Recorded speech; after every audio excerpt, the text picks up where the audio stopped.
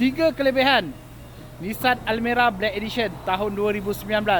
Yang itu hari saya dah cerita pasal kelebihan Vios Jerong, Vios Pari, lepas tu dengan Honda City juga. Ni hari saya nak cerita pasal Nissan Almera tahun 2019 Black Edition. Siapa nak tahu lebih detail, follow saya sampai hujung video. Jangan lupa follow saya, like dan repost video saya, okey? Mari. Yang pertama, ruangan dalam dia besar, luas. Kalau kau tengok, legroom dia lebar. Even second row dia punya ni pun lebar, luas. So sangat berbaloi kalau orang yang tinggi macam saya beli kereta macam ni, sebab dia besar. Yang kedua, dia punya kedap udara. So kalau kau bawa kereta ni atas highway, dia punya dalam ni kau tak rasa angin luar tu langsung.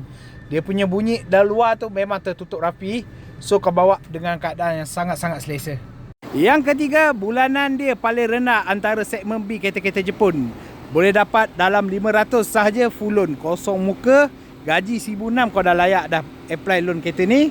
Senang-senang dapat pinjaman penuh. So, siapa yang pernah pakai kereta Nissan Almera, komen sikit kau punya kereta macam mana. Nak dengar 3 lagi kekurangan untuk kereta ni pula? Komen nak, nanti saya reviewkan 3 kekurangan pula untuk kereta Nissan Almera.